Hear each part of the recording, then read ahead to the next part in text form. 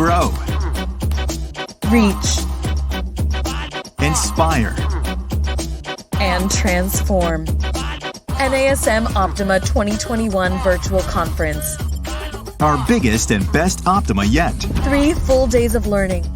More than 100 virtual sessions. Inspiring speakers you can't miss. Challenging workouts to master your skills. Nutrition and lifestyle facts. The best community network. And for the first time ever, with free full online access. At Optima 2021. Find out more and register today. You're listening to the NASM-CPT Podcast with Rick Richey, the official podcast of the National Academy of Sports Medicine.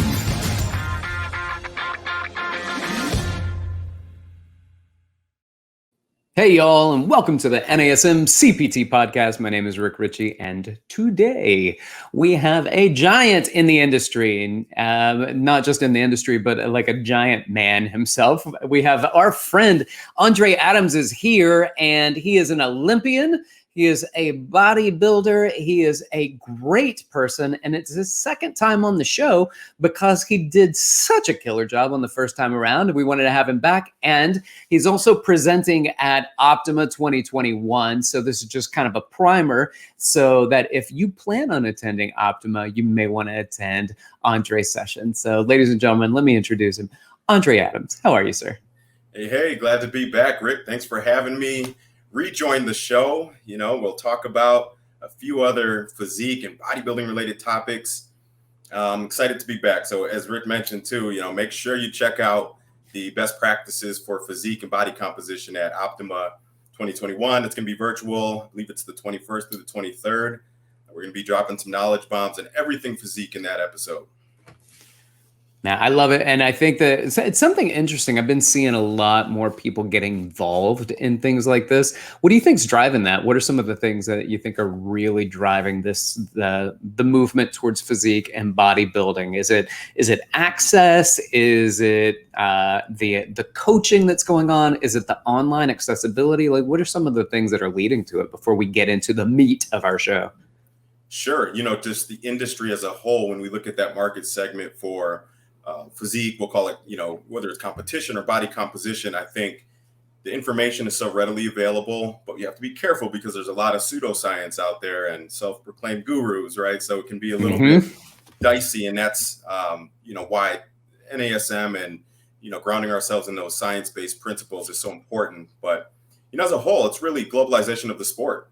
Bodybuilding, right. When you log into Instagram, it's a very visual thing, for instance, and it's something that a lot of people find very fun. You know, it's exciting. It gives you that structure and that routine and a target to shoot for. So it's kind of normalized the sport. Whereas even just 10 years ago, when I was first getting involved in the competition side, you couldn't really go to a gym and find people that were experts on this stuff. Right. So I think just, you know, the market growing itself has contributed to it. And I'm excited to be a part of it. All right. Well, listen, I think it's interesting because sometimes people, you know, NASM is, I guess, probably not best known for physique and bodybuilding. And I think it's because it is it's a systematic, progressive means of getting somewhere. And it's a performance-based model that we use, the OPT model. But within that model, there is muscular development. And I think that sometimes that gets overlooked because we teach the model so much as a whole that people don't think that the levels when we discuss muscular development actually exist for the purpose of muscular development. So, you know, building size and strength and hypertrophy. Can we talk about the system that you and I discussed early on? What about progressive overload? How do we implement that into our training, and how can that progressive overload help to support the process of building muscle? Yeah, that's exactly right, Rick. And if we think back historically, right, with the OPT model, as you mentioned, today we call it muscular development, which I like because it's a lot more appropriate. But, you know, historically we called it strength hypertrophy, which is really building muscle, right? And what are those specific adaptations that are going to be really sport specific for the intent of bodybuilding? The other differentiation I would make is between general body composition goals and aesthetic physique goals, right? They go hand in hand, but they're really two separate, distinct goals. I can have somebody who is very, great at reducing their body fat percentage, holding onto their lean muscle. Let's say they get down to 8% body fat. They've hit their body composition goal. Doesn't necessarily mean that they aesthetically have a physique goal that they would want to compete with, right? So we have that distinction going on, which is where muscular development phase comes into play. Now, with the, we talked about progressive overloading. I'll even keep it maybe a little bit more high level to start. If we think about GAS or SAID principle, right? So that's general adaptation. We've also got a lot of these, underlying mechanisms that help drive these very specific physique goal adaptations. So we give an imposed stimulus, right? And what targeted muscle group is going to create what adaptation. So that's really the goal when we're bodybuilding. I want to isolate a specific muscle and grow my physique proportionally like an artist, right? Maybe I'm trying to round off my shoulder caps, or I'm trying to build a bigger bicep. These are things that we need to incorporate from a programming and periodization perspective, as well as achieving that body composition goal at the same time. Now, when you address these things like an artist, right? So you're going through it and you really look at yourself, where you have somebody view you with a little more objectivity, right? And they look at you and go, you know what? I think you need to build a little bit more here, a little bit more there. For you as an athlete, do you welcome that? Are you like, no, man, I've been working on that, and get a little defensive? Like, how does that work? And do you see that in clients that you work with? Yeah, so that's a great question, Rick. And what that comes down to is really, in fact, in our Optima presentation, I'm going to touch on some of the best assessments for physique athletes, whether you're just trying to transform your physique and improve your body comp, or you're trying to compete and step on stage. I think it's critical when you take weekly check-in pictures, your progress pics. Part of it is for your coach to understand, all right, how close did you follow against plan, and what was the adaptation that we're seeing this week? Here's the adjustments I need to make with your nutrition or your training protocol. But the other part is really intrinsic motivation, right? So that's the accountability aspect. If I know I took my kids out for a birthday party, I had cupcakes and I really blew my diet, right? I missed 2 or 3 prep meals, had some pizza.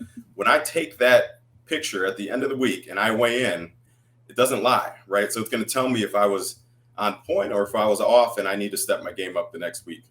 So really, again, the extrinsic feedback from your coach, and then also the intrinsic adjustments that you need to make from a mindset and an accountability standpoint.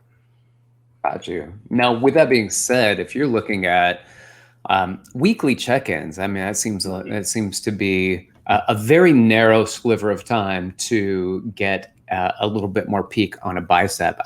But I don't know. I don't know the timeline that you're looking at in order to see this. So when you're putting these programs and you're doing these weekly check-ins with people, and your goal, I mean, you're trying to build muscle. We're in the muscular development phase, and we'll get into the programming in a moment. But what does that look like for somebody that says, I mean, we're trying to put on muscle and I don't really see any change? At what point do you and I know it varies and nobody likes the answer, it depends. And I know it depends, but generally, what are you looking at here? Yeah, so that's a great question. And a little bit comes down to, am I in a bulking phase or am I in a cutting phase? And really, when we look at things like tracking body weight, that's really directional information to monitor trends over a period of time. And we adjust maybe your training set volume, your acute variables, or your diet up or down from there to keep you trending in a certain direction. So let's talk for a moment specifically on building muscle, right? So muscular development. And let's say the client goal or athlete goal is to increase 10 pounds of lean muscle over the next, 12 weeks. What I'm looking for on a weekly basis, if you have access to an in-body, right, or a DEXA scan, which is really the gold standard, but when you can measure things like the amount of body fat percentage, whether it's visceral, subcutaneous, or intramuscular, when you look at lean muscle mass, right, if I can see lean muscle trending up and your body weight directionally should be trending up over that period of time, I know we're headed in the right direction. Now, aesthetically, that's the purpose of the check-in progress pictures. I might say, all right, look, this particular client body type is an ectomorph. I've got to approach his training a little bit differently. So higher weights, right? Heavier loads, maybe a little bit less volume, less cardio to put on size. And if he's got a lagging muscle group of, let's just take legs, for instance. Let's suppose his quads are very dominant and his hamstrings and glutes are lagging. What I'm going to do with those lagging muscle groups is progressively overload those disproportionately higher, right? So I might pre-exhaust those groups. I might have a set volume that has 10 to 20% higher loading on those specific areas to create that adaptation for a physique goal. Oh man, this is fascinating. Ladies and gentlemen, we've got Andre Adams here. He is an NASM Master Trainer, and he is a professional bodybuilder. He is an Olympian, and he is with us today to talk about progressive overloading for muscular development. So let's get into discussing this progressive overloading, because I know when I first started training, I'm sure it's like this for a lot of people, at least in my age group and above. So we started training, it was 3 sets of 10. That was the rule. That's what everybody did. More and more I teach workshops and I ask that question. I don't get it as much. I get a lot of people who have different perspectives on their starting point and when they start training and their rep range.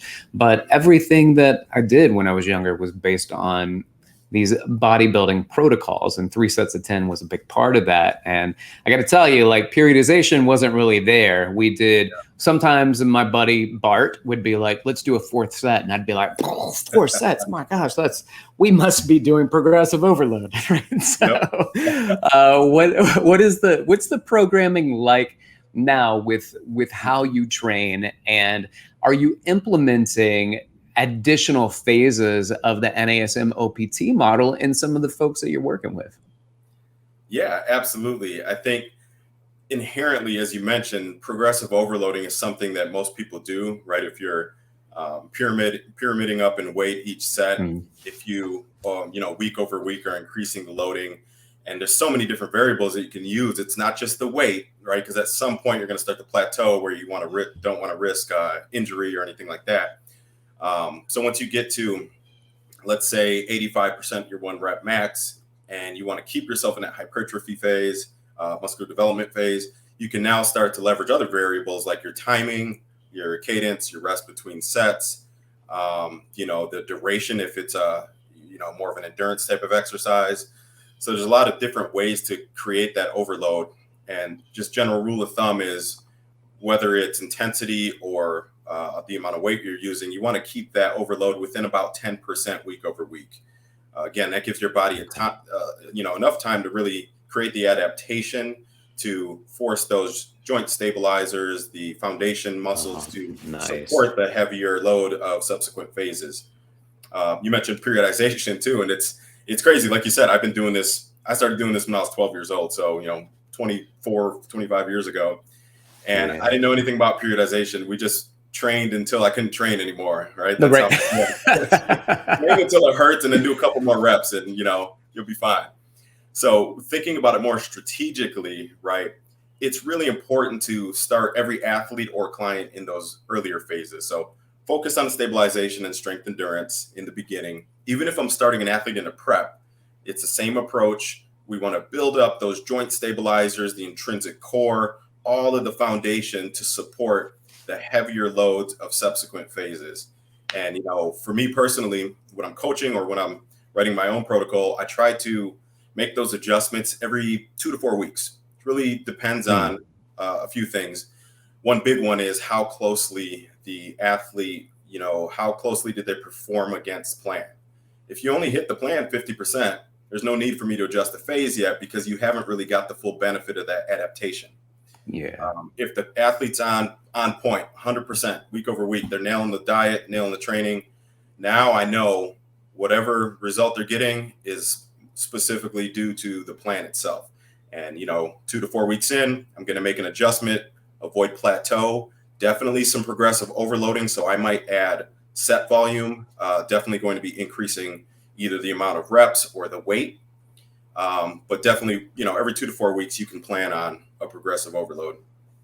Okay. All right. Good. So I like this. And one of the things you're talking about here, and I think it's important to point out, is that we're not solely looking at the amount of progression that can take place from, let's say, like a phase 1 to a phase 2 to a phase 3 in the OPT model. But even if we just stay in muscular development phase, right? So a muscular development phase, there are so many variations and permutations that can be made within that one phase, right? So there's a repetition range that you can play with. There is a set range that you can play with. There is the rest in between. There's a tempo of the speed at which we do the exercise. The variations between the different types of sets that you can do. So whether or not you're doing a pyramid or a drop set or peripheral hard action, a push-pull, a superset, a giant set. There are so many variations within that one level. And so what I think is important to point out is that we're not just saying, hey, 2 to 4 weeks within a strength level and then get out of it. That's not true. There's so many permutations that can take place that you can stay in a hypertrophy level or that muscular development level for several months, as long as you're continuing to create the variety within that workout. So that's a really great point, Rick. And a lot of people, I think that's an oversight, right? Where we feel like we have these phases as tools at our disposal, and we've got to continuously, cycle through all 5 phases. By all means, you can certainly stay, if you're doing a bodybuilding prep, 12 to 16 weeks, you can stay 90% of that in the muscular development phase and just cycle through your progressions, right? So you've got really the 3 main levels of stabilization. You've got strength, you got power. Then within those, you can break that down into muscular development for this purpose. And then within that, you've got these, 7, 8, 9 variables that you can progress and modify throughout the course of a prep.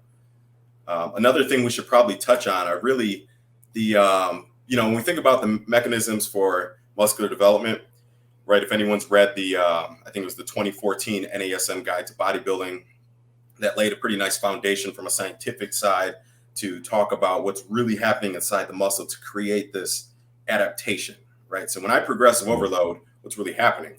And I think we had 3 in the Guide to Bodybuilding, which were really exercise-induced muscle damage, right? So that's just the small tears that we're creating from physical exercise, especially on the eccentric motion. Then you've got the metabolic stress, right? The buildup of lactic acid, the shocking that protein synthesis from resistance training, things of that nature. You've got mechanical force, that's just the tension, the amount of weight you're using is another variable. The physical tension inside the muscle. And then I added a 4th one that I'll talk about at Optima, which is really the fascia stretch training, right? You heard people like, people in the industry like Hani Rambod and others talk about the importance of it. And really this plays into hypertrophy, where we're shuttling as much oxygenated, nutrient-rich blood flow into a specific muscle group to create an adaptation, right? So if I'm, again, focusing on a lagging area that I need to develop, this is another tool where, think of a balloon and you're blowing up the balloon. You're focusing on very short time, very short rest between sets. You're focusing on higher volumes, 5, 6, 7 sets of 8 to 12 reps, and really driving that reaction to that stimulus, right? So again, all these things, these 4 mechanisms really drive muscular development for the purpose of a physique goal.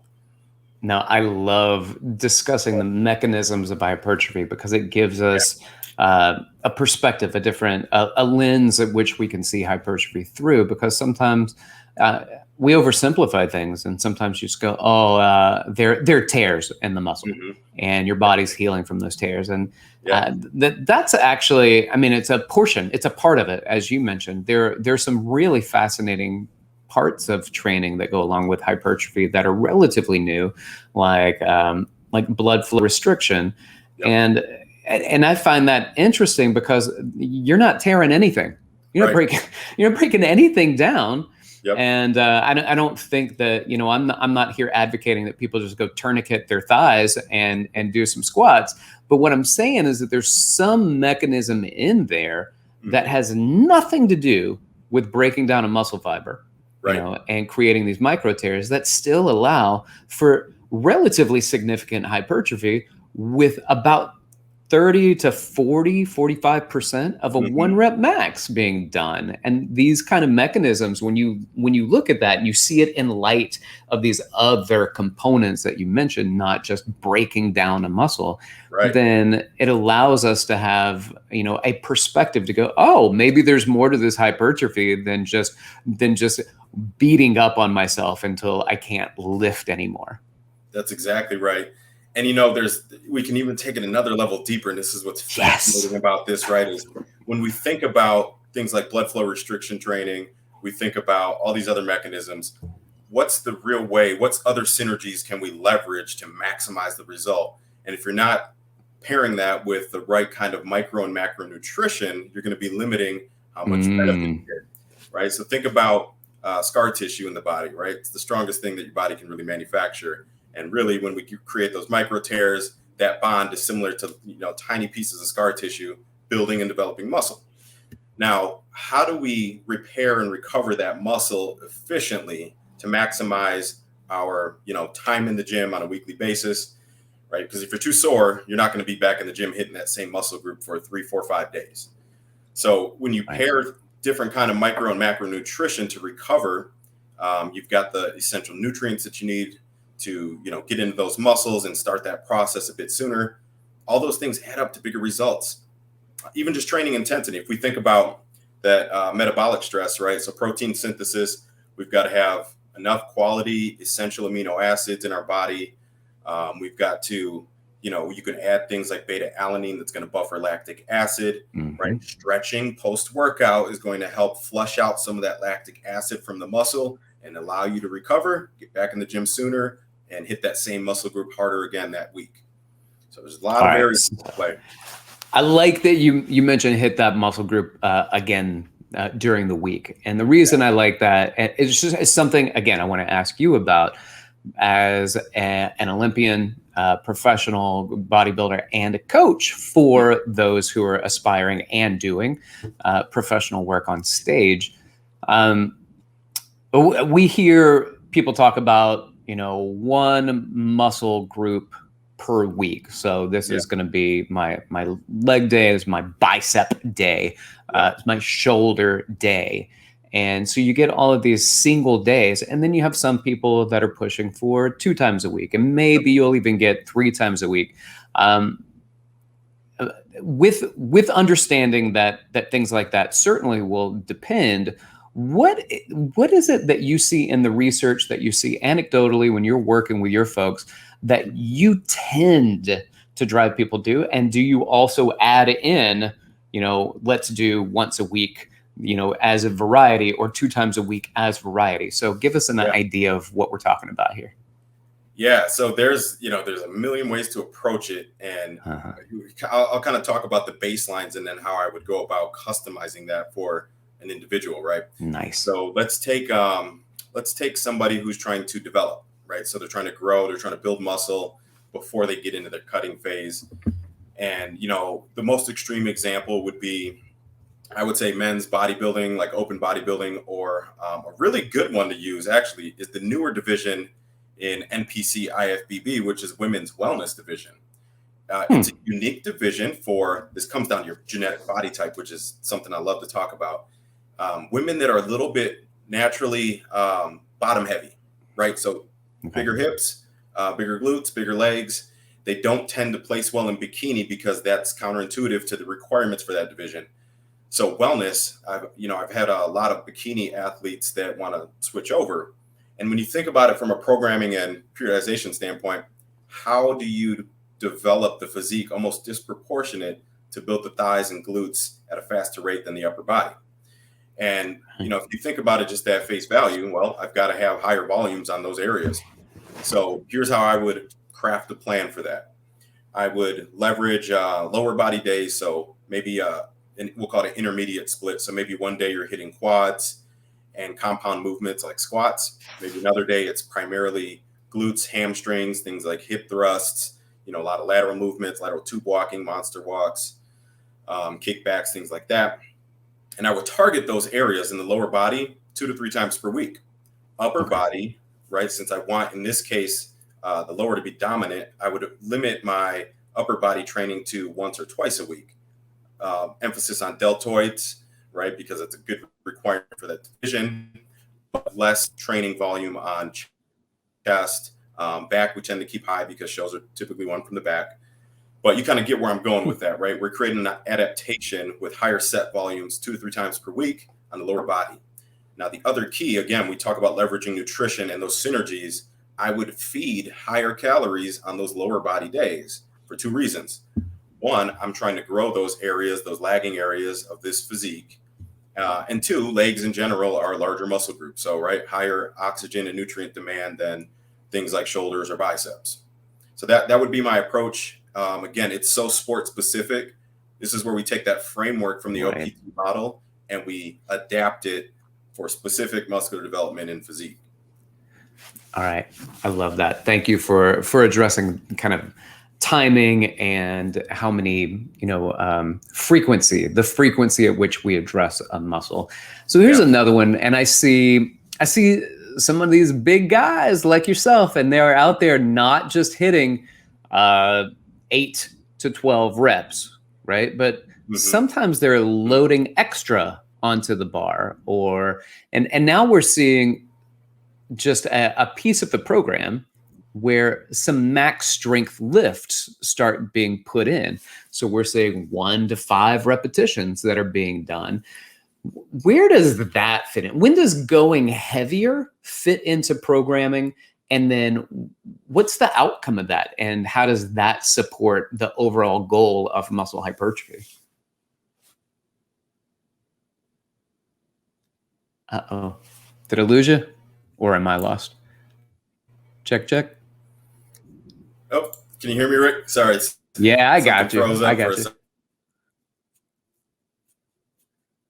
Hey, I think I lost you again there. Oh, and you're coming back. This is going to be fun for the listeners. So chasing each other right now. So just real quick, and I think you can hear me, and I'll give you the opportunity to get back to me. But again, the question is, where does max strength fit in to a hypertrophy protocol when it comes to figuring out what your programming is? Spend time going through a progressive overload. Yeah, I gotcha. So the question, where does that max strength fit into that progressive overload? Yeah, so let's pick it up there with max strength for progressive overloading. Again, this is another tool that I like to have in my tool bag when I'm really trying to squeeze out that last, 1 to 2%. So we're training primarily in that muscular development, hypertrophy phase, and there's an appropriate time where I want to pyramid up in weight. And let's say at the end of a 8-week, maybe 12-week bulking period, I want to really focus on avoiding plateaus and building that last 4 or 5 pounds of mass. In those instances, there's going to be a time where you need to go to higher weights. Again, we think about GAS, general adaptation syndrome, or progressive overload. I need to create the demand on the muscle to create an adaptation for that particular stimulus. So I would cycle it in, if you're trying to achieve bulking, it's good maybe every 6th or 8th week. Drop a week in where you go heavy, right? You're starting to push the reps down into that, 2 to 5 rep range. You're in that 85 to 95% 1 rep max. Now, you don't want to stay there too long or too frequent because of the amount of inflammation and wear and tear on your joints. And obviously, you don't want to risk injury. But I think as you gradually increase the loading over the course of 6, 8, 10 weeks, start to cycle into that higher max strength and maybe even a little bit of powerlifting, things like that, towards the end of that prep. Nice. All right. So it makes sense how that would fit in, because in some regards, I think when you look at max strength, where this is a neural response, we're really trying to recruit muscle fibers. And in hypertrophy phase, you may not necessarily be recruiting everything. And I think it's nice where the, cycling in max strength is basically like a, wake up to some of these muscle fibers that may not be joining the party. And then when you cycle back to hypertrophy, maybe now those guys are like, oh, I feel like I can participate. and we can get some of those muscle fibers to be like, all right, now we will join the party and we'll start to grow too. And I just look at people like yourself, and I don't think there's a single muscle fiber in your body that hasn't hypertrophied. It's remarkable. Let's go into a little bit more about progressive overloading and muscular development. So, and then we're gonna wrap up relatively soon, but I do want to keep kind of picking your brain, because I'm a guy, not a lot of hypertrophy. And for me, there are a couple of things. One, I know for sure it is the consistency at which I do focus on muscular development. And the other thing too, and a lot to do with it, especially in my youth, is there was a lot of working out, but I felt like I was eating a lot, but it wasn't until a year or so into my personal training that I met a guy that was coaching bodybuilders. And he was like, you are so far underfed than what you think, that you can eat all this food, but unless you're eating enough to grow, you're not going to grow. And I think that that's something that you touched on already, but something to be addressed in sure enough fashion, which is if you don't put the calories on, you're not going to put the weight on. Yeah, that's 100% accurate. And again, I can't speak to it enough of how those synergies work hand in hand. And right, we talk about calculate your total daily energy expenditure and basal metabolic rate, but then to keep yourself at a caloric surplus when you're trying to build muscle is the next big key. The other thing I like to focus on is taking my carbohydrates for the day and shifting the majority of those around my workouts. So pre-workout, intra-workout, a simple carb, and then obviously post-workout to recover and switch your body from that catabolic state back into an anabolic muscle building state. And I was just like you, Rick. I started out competing in powerlifting. You wouldn't even believe this. 165 pounds was my weight class. And I was breaking national records. I was bench pressing almost 400 pounds back then. What? At 165 in the raw division. Jeez. And I could not gain a pound to save my health. I was strong, but I was kind of skinny. And once I learned about how to do my carbohydrate, I knew about protein. I didn't know anything about carbs or healthy fats. And, how much should I be eating? When should I be eating? What types? Is it high on the glycemic index? Is it low? And once I started to figure this out, it was like night and day. I've consistently over the last 8 years put on, 8 to 10 pounds of muscle a year. And whoa. It's nuts. Once you figure it out, you can start to create those adaptations. So, nutrition, complementing everything you're doing on the training side is everything when you want to maximize your results. And we should, in fact, that ties in perfectly. I think we should talk about how do both of those vary with different body types.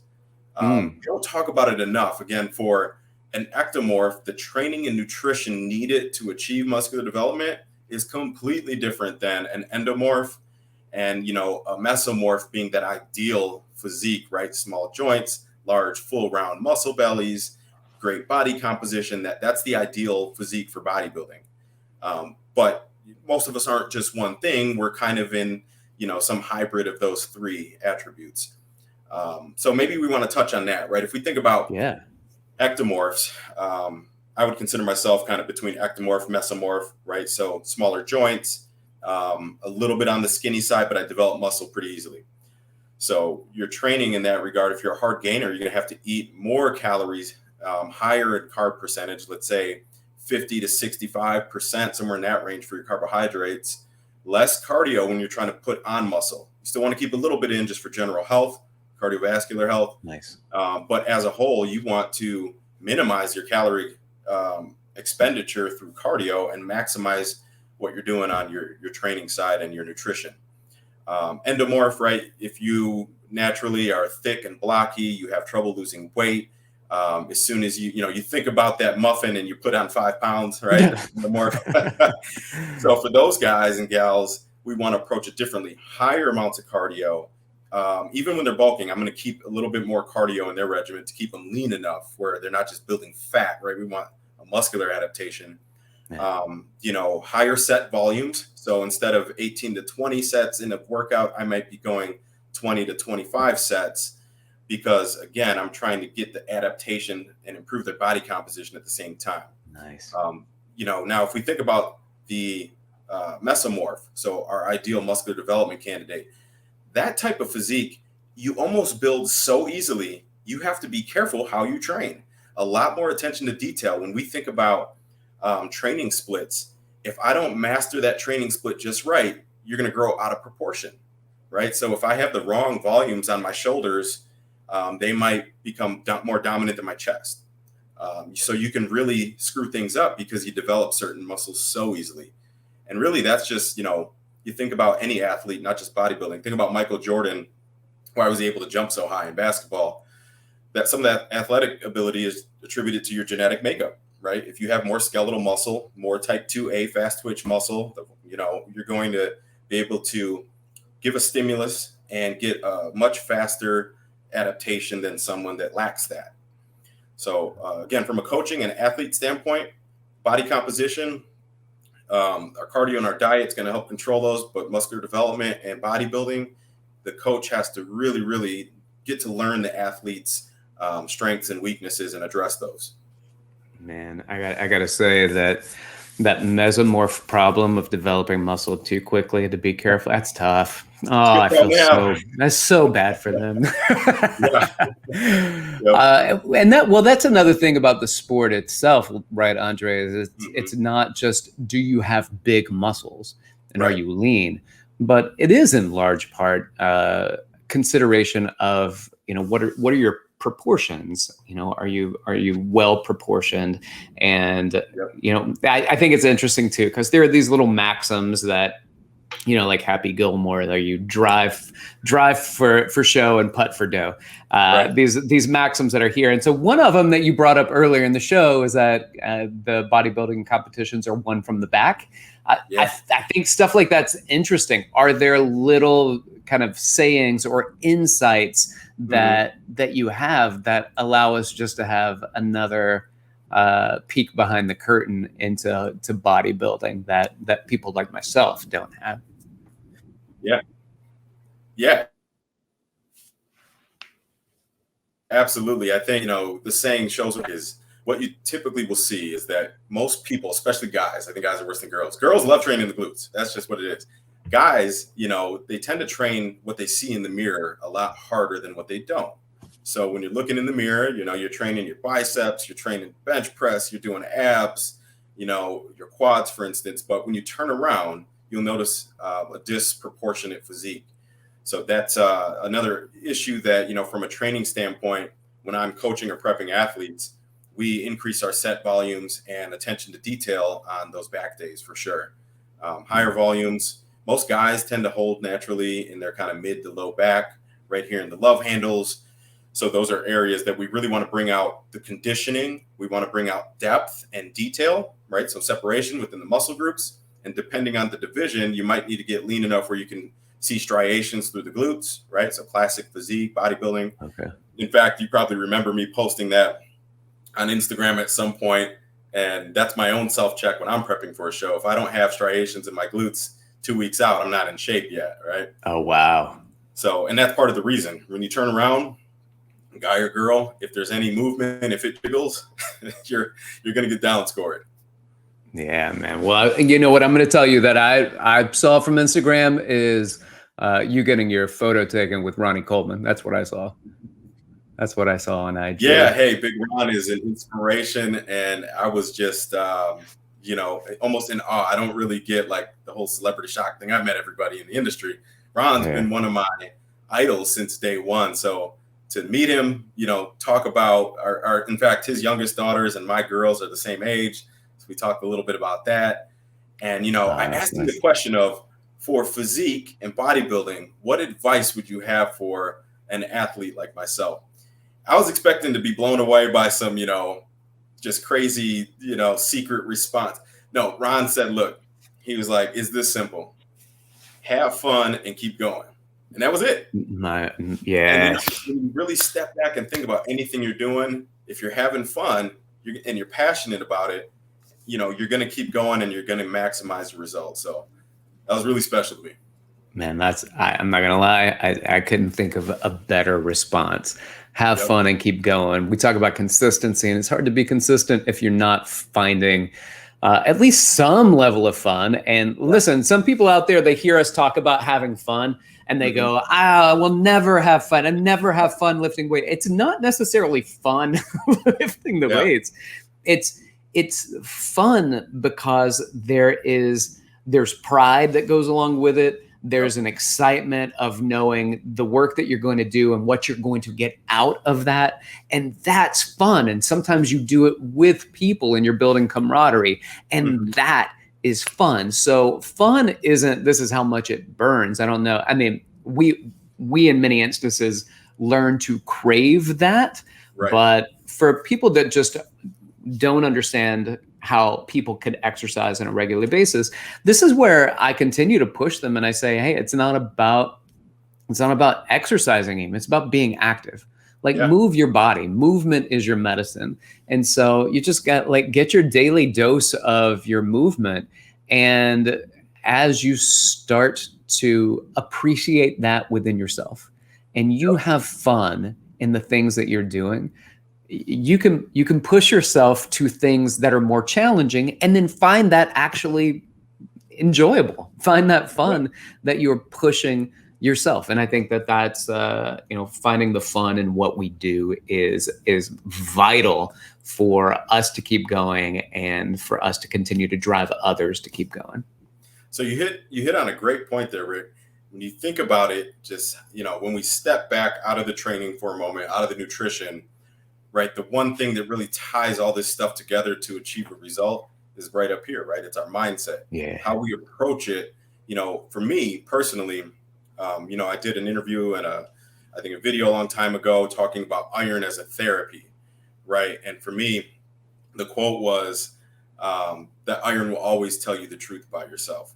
So for me, it's like that one consistent thing, right? Whether you're going through a relationship challenge, stress at work, whatever it might be, if you can consistently fall back on physical exercise for your therapy, for your stress reduction, for your anxiety reduction, and overall health benefits, I think you're in a good place. So that's an important piece of it. And, the other challenging thing for most people is the diet, right? So it's establishing the structure for healthy habits and routines to get to the gym in the first place 3, 4, 5 times a week. And then mastering the diet when you don't feel like mastering it. I think it was Mike Tyson had a quote, right? What's Mike's quote is, discipline is doing things that you hate, but doing them like you love them, right? And it takes some self-discipline to be able to do that. If you step back and think about the 4 disciplines of execution, right? Part of it's also keeping score. So that's our check-ins, our accountability. If you're not keeping score, you're probably not going to take it seriously. You ever see kids at the park, Rick, playing basketball, and you drive by, and right away at a glance, you can tell if they're keeping score, right? They're horsing around, taking these ridiculous shots and trying trick shots. The second they start keeping score, what happens? They tighten that up. Improves, the teamwork improves, the focus, the intensity improves. So you got to approach your personal goals, your fitness goals, the same way. You got to keep score and track against that. That's a good point. All right. Well, this kind of leads me to a final question for you, because we talked about diet, talked about muscular development, and I want to take those 2 things and talk about abs, because this is something that I've heard for many, many, many years, and it is the phrase, abs are made in the kitchen. So how true is that phrase, and how much does muscular hypertrophy play into the abs discussion? Absolutely. All right. So abs, this is an interesting one. I've historically taken the approach of training abs like any other muscle group, but I caution you, their abs are very complex, right? We've got our rectus abdominis. We've got the external abs that you would see from a physique standpoint, but what a lot of people skip are those transverse abs. So what's pulling that waistline in and allowing you in sport bodybuilding to pull a nice vacuum pose, right? When you see the guys like a Frank Zane, that's all your transverse ab. So when I'm training people, whether it's guy or girl, I have to train both of those together, right? So I stack those. I might do a couple external ab exercises like crunches, sit-ups, hanging knee raise, things of that nature. But we also want to target that transverse ab. So from a training standpoint, I'll mix in things like inchworms, planks, ab roller, holding a vacuum pose to shrink up that waistline, pull everything in, and complement the work you're doing on your external abs. Now, as far as abs are made in the kitchen, that is a fact. So most people will train, and what you end up doing is actually bulking up your core, right? Because you're building muscle. But if you're not lean enough and you're holding adipose tissue subcutaneously, you're holding water subcutaneously from your diet, then you're not going to be able to see all that hard work and the detail that comes along with it.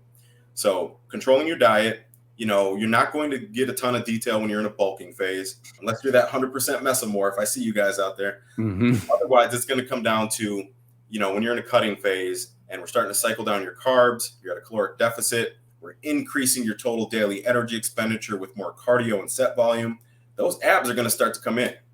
When you get to that kind of 10 to 12% total body fat range, you should start to see the detail. You get below that, you should have very good quality defined abs. But that's really what it comes down to, is minimizing, fat adipose in the abdominal areas, and then minimizing water retention, primarily driven through your cardio and exercise.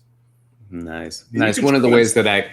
Sorry, go ahead. Using weight, you can also train abs just about it. If you're using heavy weight, like holding a weight plate and doing decline sit-ups, then you want to give yourself enough time to recover.